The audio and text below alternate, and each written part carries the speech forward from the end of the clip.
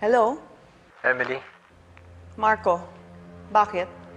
naniningil na ako sa pustahan natin. Bakit pa gustong-gusto mo akong makita? Ang pilit mo. Huwag ka mag-alala, hindi to date. Di ba sinabi ko sa'yo, kahit na isama mo si Henry, okay lang sa akin. Eh kung hindi ako tumupad sa usapan natin. Ganyan ka ba klaseng tao? Hindi tumutupad sa usapan? Mandaraya ka ba? Hindi. Pero wala namang kwentang pustahan yun. Kapag hindi ka nakipagkita sa akin, Emily, meron akong ebidensyang ilalabas tungkol sa'yo. Anong ebidensya? Hindi ko sasabihin sa telepono, pero tungkol ito sa'yo. Hindi ako naniniwala. Niloloko mo lang ako. Ikaw ang bahala. Sige. Bye. Sandali. O sige, Bakit makikipagkita kay Marco? mag-uusap lang kami. Tungkol saan? Tungkol sa inyong dalawa? Baka gusto niya makipagbalikan sa'yo. Hindi mangyayari yun. Kung sakali man, Emily, huwag kang magpaloko sa kanya. Huwag ka nang mahuhulog sa kanya. Miguel, saan ba nanggagaling ito? Hindi talaga ako mahuhulog sa kanya. Ayoko na kay Marco. Sigurado ka.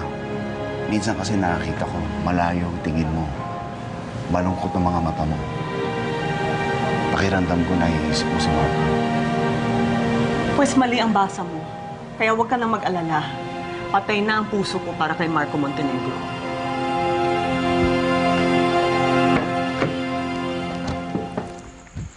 Andito na ako.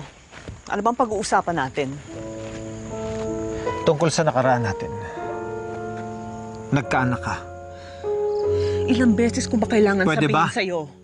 Huwag ka na magsinungaling. Alam ko, nakita kong record sa kulungan. Buntis ka nung nandun ka sa loob. Ako ba ang ama? Walang hiya ka? Ang kapal ng mukha mo. Alam mo na ikaw lang ang naging lalaki sa buhay ko. Sa'yo ko lang binigay ang buong sarili ko, Marco. Sa'yo lang! Emily, gusto ko lang marinig sa mga labi mo. Hindi kita pinagdududahan. Alam ko naman na ako lang nakasama mo noon. Pero Emily, bakit hindi mo sinabi sa akin? Bakit? Para ano pa? Para kaawaan mo ko? Hindi. Para matulungan kita. Kinamuhian kita noon! Ikaw at ang buong pamilya mo! Bakit ako lalapit sa'yo? Bakit ko sasabihin sa'yo ang tungkol sa anak natin? Manigas ka! Hindi mo sinabi sa akin para parusahan ako. Hindi mo dapat itinago. Hindi dapat. Bakit? Kung sinabi ko ba, may magbabago? Oo! Malaking mababago, Emily.